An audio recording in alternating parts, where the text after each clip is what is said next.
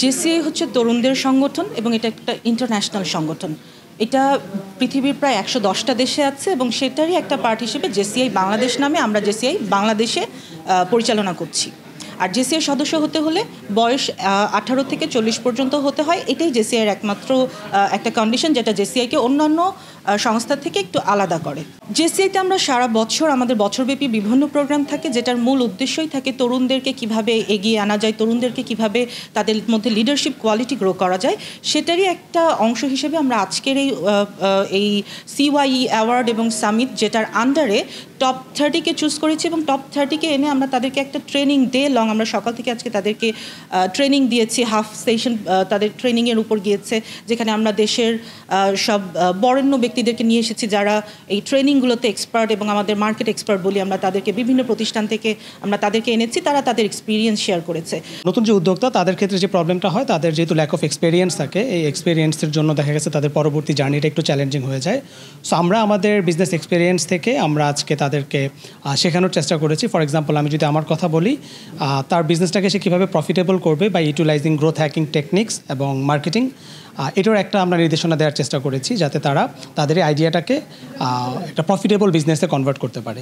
এটা ক্রিয়েটিভ এবং এন্টারপ্রেনার, এটা মূলত স্টার্ট আপ অ্যাওয়ার্ড না, এটা মূলত উদ্যোক্তাদের অ্যাওয়ার্ড। সো তার ব্যাকএন্ডে অবশ্যই স্টার্ট আপগুলো থাকছে।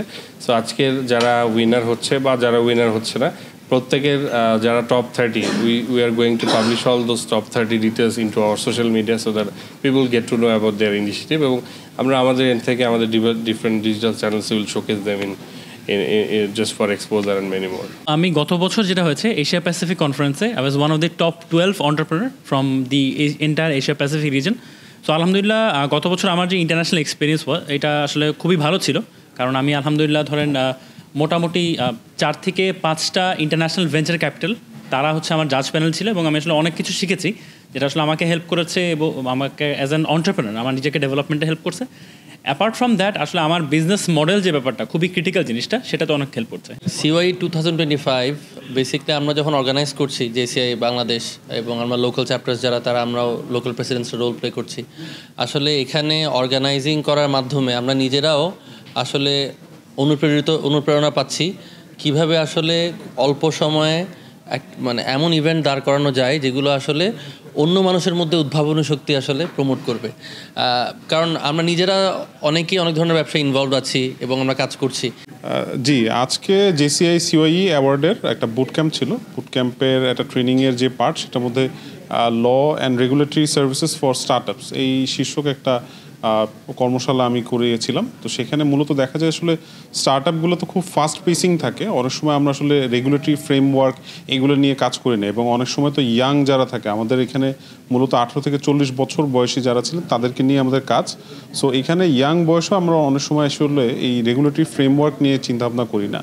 অনেকের দেখা যাচ্ছে যে কোম্পানি ফান্ডিং নিতে যাচ্ছে বাট কোম্পানি ইনকর্পোরেশন করেনি, আবার দেখা যাচ্ছে একটা পার্টনারশিপ করেছে হয়তো বা কীভাবে করতে হয় প্রপারলি সেগুলো ডকুমেন্টেশন ঠিক থাকে না। সো এগুলো পরবর্তীতে দিন শেষে আসলে এখন হয়তো বা সমস্যা দাঁড়াচ্ছে না, বাট যখন রেগুলেটরি অথরিটি ক্রস চেক করতে যাচ্ছে তখন এগুলো নিয়ে প্রবলেম এসে দাঁড়ায়। This is the second time we are doing COI event in Bangladesh. The first one was in 2023. And we had amazing responses. In total, we got 300 ideas. So out of 300, we can see today we are taking the pitch of 30 startups. So in terms of judging criteria, we are focusing on the scalability, how a startup can go big in the future. At the same time, the environmental friendliness. So we got a lot of ideas. Those are really eco-friendly. And another important factor is the entrepreneur himself, like what kind of entrepreneurial traits he have, his background, leadership capacity. So why we are focusing on that? Because as an entrepreneur, your background is something that helps ultimately to grow the business. At the same time, the people who are presenting today, there is a global level stages also. So we are focusing how the idea can fit in the global stage also. Like it is not only for the Bangladesh market. If you want to take it in the global level,